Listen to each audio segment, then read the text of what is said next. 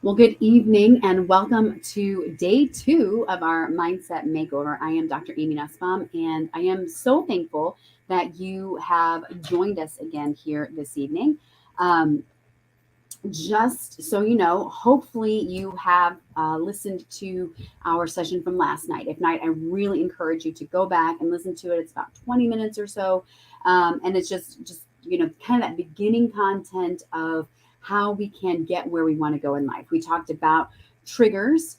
What can trigger us, but more importantly, we talked about how do we respond to triggers, because oftentimes in our relationship with ourselves, our relationship with other people, we we respond poorly, honestly, because we're just so stressed. And so we talked about the different ways we can respond to that, whether we flee, we run away from things, or whether we fight and we just go right at it, maybe verbally or physically.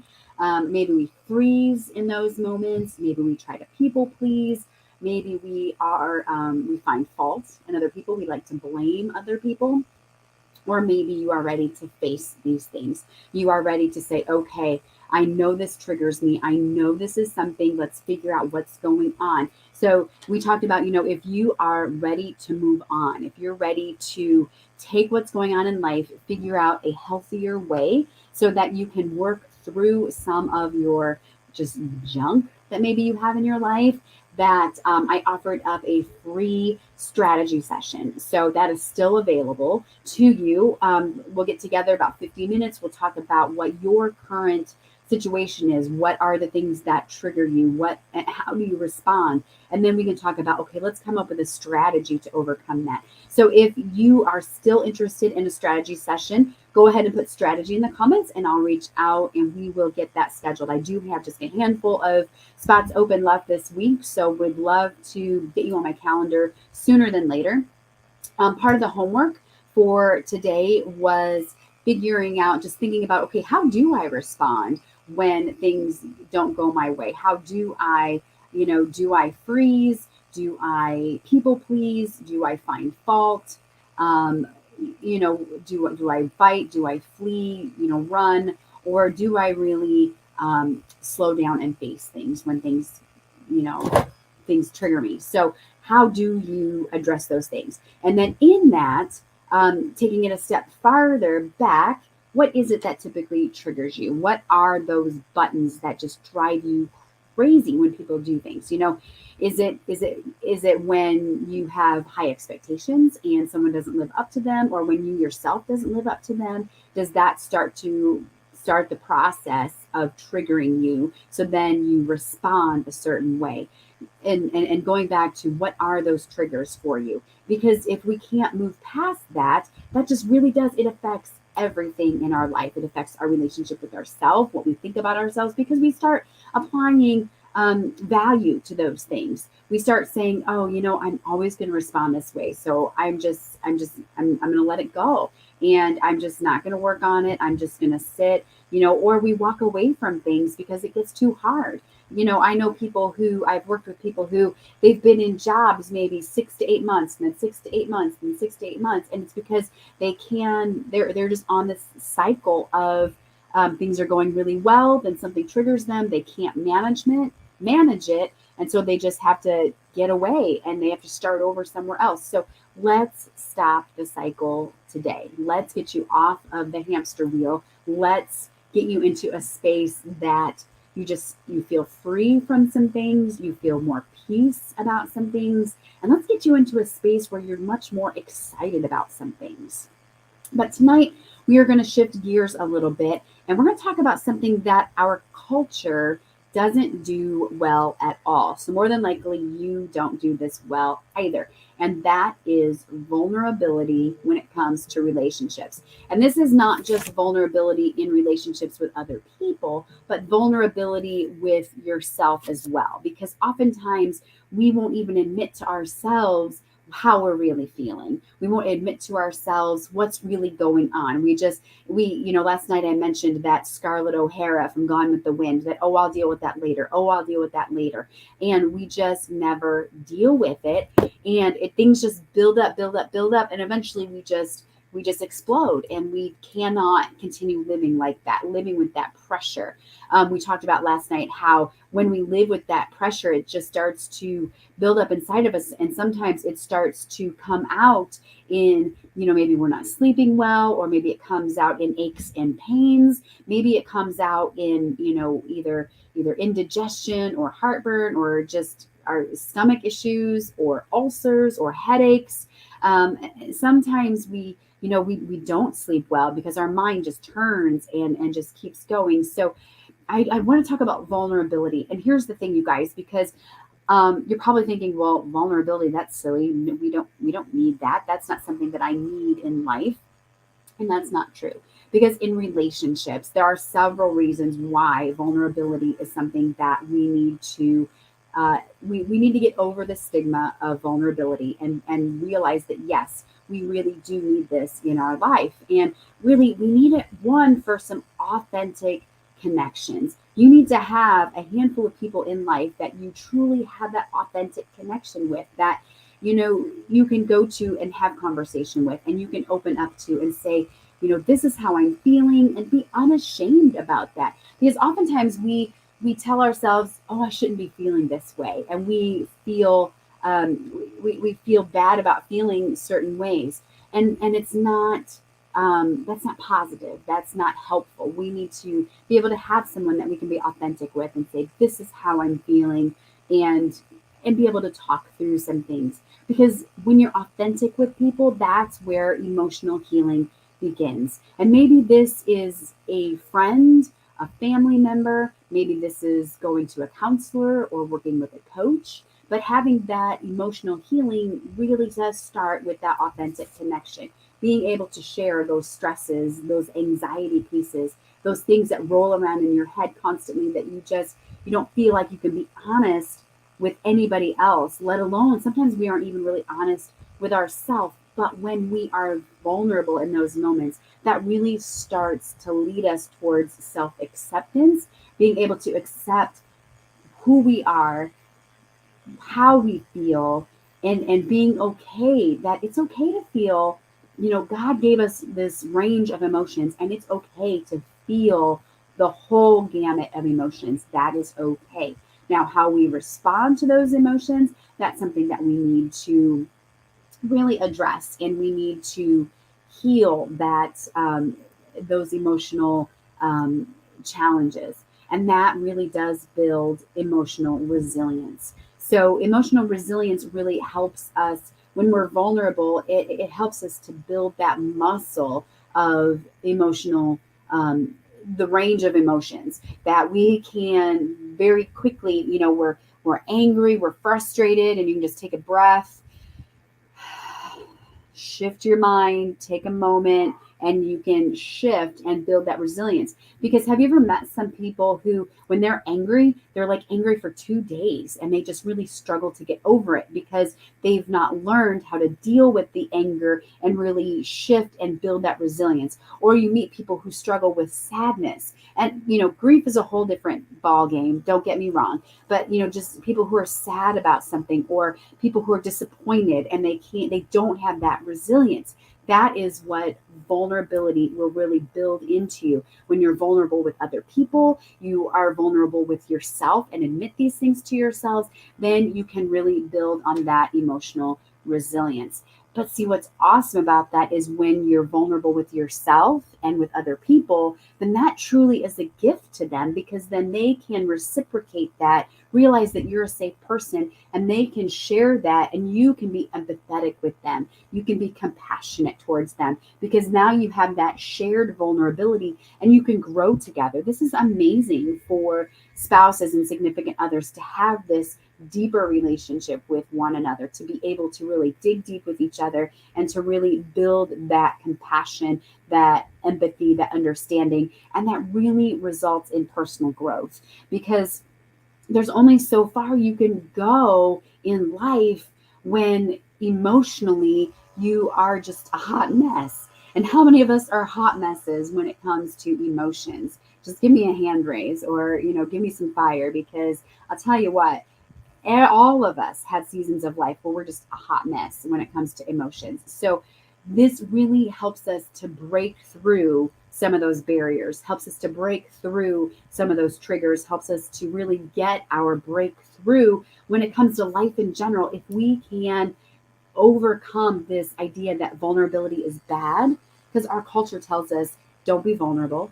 You need, and we're going to talk about why here in a minute, but it tells us all these lies that we need to be strong, we need to, keep everybody out, we need to keep everybody at arm's distance, and really that is unhealthy, and that just trickles down into every area of our life, relationships with other people, our career. If you have a business, it's just going to, everybody feels that unhealthiness, and you are not going to be successful in life. You're not going to be successful in relationships. You're not going to be successful in career if you don't overcome these areas of struggle, these areas of uncertainty, just that inner turmoil that you might be feeling. Have you ever just felt just heaviness and just twisted up inside, and your mind sometimes just freezes? And that honestly oftentimes comes to a lack of vulnerability. So here are the top 5 reasons why we keep ourselves from being vulnerable in life. The first one is a fear of rejection, because if I open myself up, one, someone may not like what they see. If and they might reject me for that because they're like, oh, this person has got some major challenges or some major issues. But on the other side, you guys, if we are truly vulnerable with others, we may not like what we see about ourselves. Have you ever been in conversation with someone, you're like, oh my goodness, I can't believe I just said that, and then you like brace yourself, how are they going to respond? Has that ever happened to you? Yeah, that's happened to me too. And oftentimes though, it's interesting because more times than not, people will be like, oh my goodness, yes, me too. And then all of a sudden we have this common bond, because it's not that they've rejected what they've seen in me, it's that they see a reflection of themselves in that. And that becomes a point of bonding and a point of starting, and honestly a point of healing for both of us. So I really encourage you that fear of rejection actually, because here's the thing, you guys, if we are in relationship with someone, whether it be at work or a spouse or a family member, and if they reject us for who we really are, then we don't really need them in our life, or maybe we really need to, because if they like you for who you're trying to be as opposed to who you really are, that's not authentic, and that doesn't do anyone any good. So being able to shed that that facade, that trying to be what people want you to be, that is just so life-giving. And isn't that what we all want? We all want just to feel free of the just the fakeness in our culture that we deal with. We want to get over that fear of rejection. And number two kind of ties into that idea that, we don't want to be vulnerable because society expects certain things, or society, there are norms that we're supposed to live within, that our culture doesn't like us to be vulnerable, because then that might force someone else to be vulnerable. If we share something and we open up about something, then that might force someone else to have to deal with their stuff. So oftentimes when we are on this path of self-development, and we're on this path of getting healthy emotionally, that often can trigger other people, and they try to shut us down because they don't want to deal with their stuff. So sometimes we have to create boundaries around some people during a season, because we need to get healthier. We need to open up to somebody. We need to start to deal with some of our stuff so that we can come out on the other side, and we can feel lighter, and we can feel more at peace, and we can feel more joy in life. And sometimes other folks just aren't quite there yet, and that's okay. It's okay to create boundaries around some people, and then once we get into a better space, open it back up so that they can come back in, and hopefully they'll see the joy in your life and the happiness in your life, and they'll be like, you know what, maybe there's something to this. Because honestly, isn't that what we want for all of our friends and family too? Is that they would have that same joy. They would have that same just lightness in life, because we've all dealt with our stuff, right? We all have stuff. And, culture, they don't want to get too real because they don't want to deal with their stuff. But that's number two. Number three is past experiences of hurt and betrayal. We don't want to be vulnerable because we don't want to bring up the junk that's behind us. And sometimes it's better to leave the past in the past. Absolutely. Especially, from a counseling standpoint, sometimes we it's healthier to let it be. Sometimes it's healthier to revisit it so that we can deal with it, work through it, and come out on the other side. But sometimes, the past needs to stay in the past. But being able to have those conversations to say, I've had this experience in the past, and I need to just let it go. Or maybe to have somebody, either going with counseling or with coaching, and being able to work through that. So working through the past of hurt and betrayal. And sometimes, we don't want to be vulnerable with someone because maybe we have been betrayed before and we don't want to go through that again. So it's that self-preservation, right? So learning how to work through the self-preservation. And true, we need to find those people who are safe people. We need to be cautious. We don't want to just open up to everybody or anyone. We need to be cautious about who we trust ourselves with, but allowing ourselves to trust someone so that we can find that healing, so that we can come out on the other side and we can, step into, once we step through those barriers, we can have that breakthrough moment where we can finally get to where we're supposed to be in life and get into, that joy that sometimes is missing from our lives. But number four is that sometimes we don't like to deal with vulnerability because we want to stay in control. I don't know about you, but I am definitely a control person. I like things just so. I like things, my timeline, my time frame, even in my faith. Oftentimes I will be praying. I'll be like, God, and this is something I've worked on, is to say, God, I think this is the way this should work out. Or if you have something better, then that would be amazing. Just my suggestion. I'm sure God laughs at me a lot. But have you ever done that? If you are a prayer, do you ever try to, convince God what he should do? But but some of us, we take that into relationships. We try to control others so that it can fit in our paradigm. It can fit in our pattern. And we keep ourselves at a distance from that, and we shut down that vulnerability. But being able to say to someone, you know what, I am, I struggle with letting go of control because I don't like it when balls drop, because then that makes me look like I'm not good enough. That makes me look like I am not quality, and that's part of my story, is that I am a perfectionist. I do like things a certain way. I like others to perceive me as the expert.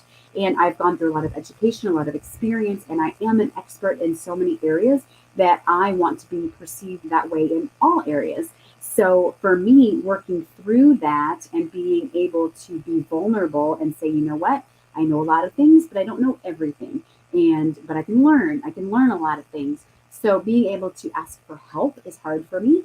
And does anybody else struggle with that? And being able to let other people do things, maybe not the way I would do them, and letting that be okay. And that for me is a piece of vulnerability. And so being able to work through that is very freeing. And being able to work through that does bring peace and kind of a sigh and a weight off of my chest. And isn't that what we all want? We all want that freeness, that lightness in life. We want to get rid of that burden that we carry. So being able to become more vulnerable in life will allow us that freedom. And it's amazing how much just better physically we feel, how much better emotionally we feel. But here's the other thing, you guys. Here's the fifth one, is this belief that vulnerability is a sign of weakness. And this is also a cultural thing. Many cultures share this because, if we are vulnerable, then you are weak. And we have to remain strong. We can't let other people see our struggles. We can't let other people see our weaknesses. We can't let other people see the cracks in our facade. We must be perfect all the time. We must be well spoken all the time. We are never hurting. We are never in trouble. We are never struggling. We are on top of it all the time. And social media definitely plays a role in this because we all show our A game when we're online. We never show our be real online, right? We all show the perfection. We all show the great moments. How many times do you take a selfie before you actually post it? You're like, oh, the shadow. Oh, I look a little heavy here. Oh, you can see my fine lines and my age, or you can see my natural highlights coming through. Those kinds of things. We strive to be perfect in front of everyone else. But here's the thing, guys, we are not perfect. And no one in our lives are perfect. And when we can reach that stage of vulnerability, when we can work through those excuses and those mindset roadblocks, those mindset blocks, when we can work through that, we can really get breakthrough in our lives, in our relationships, in our careers, in just everyday living. We can mentally have mind shifts of our thought processes, those scripts in our minds, when we become vulnerable with ourselves and really realize why we are where we are, how did we get here, where do I want to go? And when we overcome those mindset issues and become vulnerable with ourselves, we can really start to take steps to getting where we want to go when it comes to the purpose of why you're here, right? Isn't that what we're all looking for? So, I've had some conversations with some folks, and I just want to share with you just one more thing tonight. And I'm going to ask a question. Are you ready to overcome these blocks? Are you ready to, really step into what it is you were designed to do in life, who you were designed to be? Are you ready to work through some of these blocks that are in your way? Are you, is the discomfort that you're feeling right now to the point where you're ready to do something about it? Because really, in counseling and coaching, it's not so much the idea of success that people make changes. It's really the idea that the struggle has become too much to bear and I need some relief from that. So, are you ready to get some relief from that struggle? And if you're in that space, then I really want to talk to you because I am opening up my 12-week program, my 12-week coaching program in September. It's called Illuminate Your Purpose. And this 12-week program is designed for folks who are ready to do the work, who are ready to overcome the blocks, who are ready to work through those things and come out on the other side. We spend some time looking at where you are in life, what you're dealing with in life. We talk about where you want to go in life, and then we create a roadmap on how to get there, overcoming the struggles, overcoming the mindset blocks, overcoming those triggers that you've been dealing with, overcoming the responses to the triggers, creating ways to reframe some things to be able to work through them so that you are successful this time in making life change. Because oftentimes we self-sabotage ourselves and we never quite get there. And we just think, oh, I'm just not meant to do this, or I'm just not meant to be in this relationship. So we work through things so that you will be successful this time. You will find freedom this time. You will reach joy and peace this time.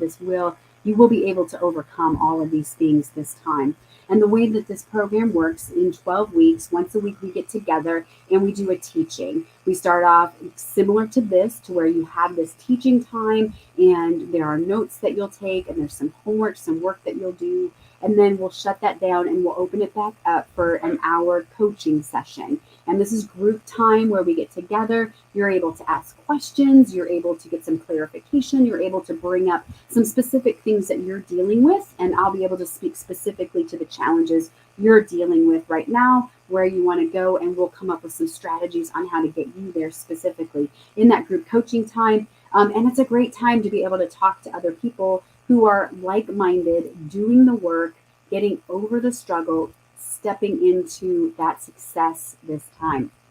So that's our once a week we have the teaching, we have the coaching, and then during this program, you'll also have access to a private Facebook group where all participants will come together. So throughout the week, I'll be in there, answering questions, or, the group is great to encourage one another, keep each other accountable, to say, hey, I'm really struggling with this. Can you guys keep me accountable in this area? Or, hey, this is my goal for the week. Can you help me encourage this?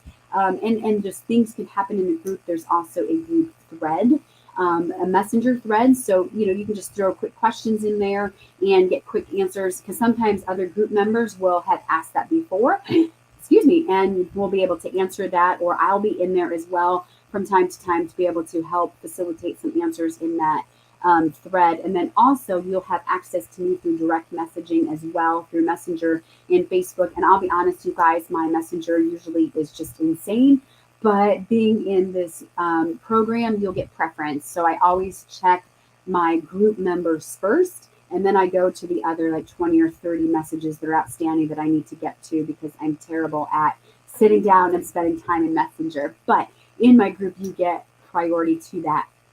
And here's something that I want to offer. If you're like, man, this is awesome, this is what I need. If you sign up within the next week, because I am going to open CART between now and next Tuesday, because I need to get logistics situated. If you sign up in this next week, I will also gift you a 30-minute VIP session at the end of the 12 weeks, because I want to get together with you to say, okay, what is our plan going forward? And it'll be like a mini strategy session for you to say, this is where you started. This is how you've come in these 12 weeks. Now, what are the next steps for you? How are you going to continue down this path? What are the support systems that you have in place that are going to be able to help you to continue? Because we don't want you to come so far and then take steps backwards. We want you to continue forward. So if you sign up within this next week, I would like to gift you this 30-minute VIP session at the end of the program. So would love to chat with you if you have questions about this. And so this 12-week program, with everything that I'm putting together and all the investments, 12-week programs, it's pretty much like a college course, right? That's like a semester's worth of material. And honestly, it's about $10,000 worth of value. But obviously I don't want to charge that, because I don't want this. I want this to be accessible to everybody. So what I've done is I've rearranged some things, put some things together, and I've been able to price this at $787 if it's paid in full, or we can do 3 payments of $298. And also what I want to do, if you are able to pay in full, it is at a discounted rate, but also I'm going to add 2 extra 30-minute VIP sessions in there. We'll do one in the beginning, we'll do one halfway, and then you have that one at the end that everyone will get. But that way we get you started strong. In the middle, we'll do a touch point, and then everybody will get that ending session. So if you pay in full, we'll be able to add those 2 extra VIP 30-minute sessions. So if you are interested, just go ahead and put Illuminate in the comments, and I'll reach out. We can talk about any questions that you might have, or if you're ready to register, you can just let me know and I'll get you the registration link. But if you have questions about that, we can set up some time together to answer those questions. Or if you would like that 50-minute strategy session that I offered yesterday, please put strategy in the comments, because I would love to get that to you as well, get you in my calendar. So that we can talk about that. And in that strategy session, we can also talk, is Illuminate Your Purpose a good fit for you? Because it's not for everybody. Everyone's not in this place to do this work. Or maybe the work you need to do is very different. And maybe we could talk about what one-on-one coaching might look like, because maybe what you're looking to do is slightly different. And this may not be the best fit for where you're headed. So with that, you guys, I would really love for you to sit and think about where, what is it about vulnerability that you struggle with? What are you struggling with right now? Are you struggling with you don't want to be vulnerable because of what someone might think, or you don't want to be perceived as weak, or you've been hurt before, so you don't want to open up to other people. Think about where that vulnerability piece is for you. And then I want you to think about, okay, who is someone I can be vulnerable with? Is it a family member, a friend, a spouse, or even just yourself? Maybe sitting down and journaling and just being completely honest with yourself about how you feel about things, and maybe, get some cleansing tears going. But if it would be beneficial for you, send me a message. I would love to hear about, because I know vulnerability is a vulnerable thing. So, but I would love to hear how that touches you. So, with that, you guys, I am just so encouraged with the response we've gotten so far after last night's session. And if you have questions, please let me know. Otherwise, I look forward to seeing you tomorrow night as we wrap up our time together with this mindset makeover. So, have a great rest of your evening, and I look forward to chatting with you